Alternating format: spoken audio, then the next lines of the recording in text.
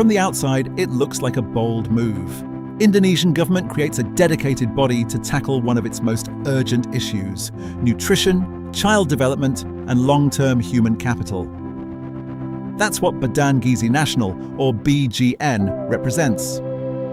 But when you look closer, a more uncomfortable question begins to surface. Are the right people actually in charge? Part 1. A big problem needs real experts. Nutrition policy is not a casual field. It requires deep expertise in public health epidemiology, food systems, and human biology. Countries that succeed in reducing malnutrition usually rely heavily on technical experts, not just administrators. Because this isn't about distributing food, it's about understanding what the body actually needs and why.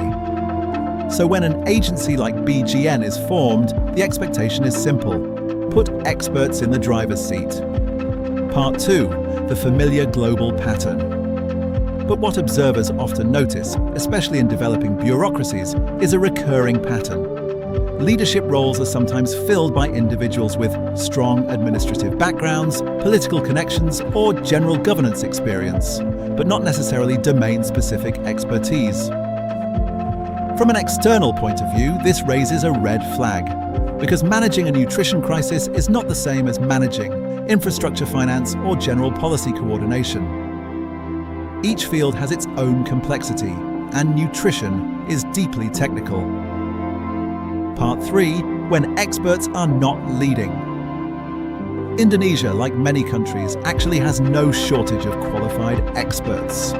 There are researchers, nutritionists, public health specialists with years, sometimes decades, of experience. Yet in many cases, these experts are positioned as advisors, consultants, or technical staff, rather than primary decision makers.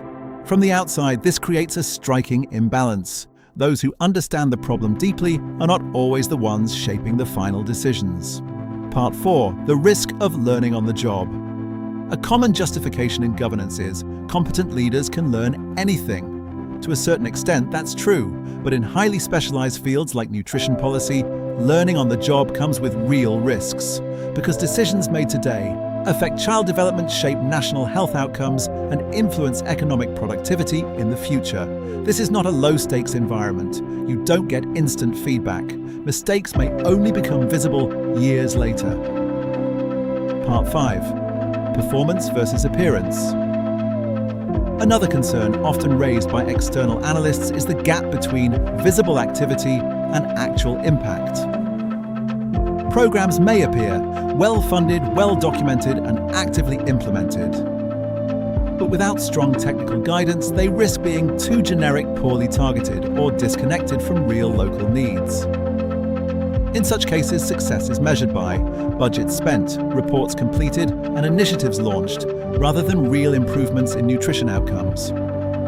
Part 6. Why this keeps happening. From a broader perspective, this isn't unique to Indonesia. It reflects a structural issue seen in many systems, a preference for generalists over specialists, political considerations in appointments, and a belief that management skills alone are sufficient. But in sectors like nutrition, management without expertise is not enough. A simple but crucial principle. From the outside looking in, the challenge facing Badan Gizi Nasional is not its mission. The mission is clear. The urgency is real. The real question is much simpler. Are the right people in the right roles? Because no matter how strong the vision is, without the right expertise at the top, even the best designed institutions risk becoming well-intentioned systems with limited results.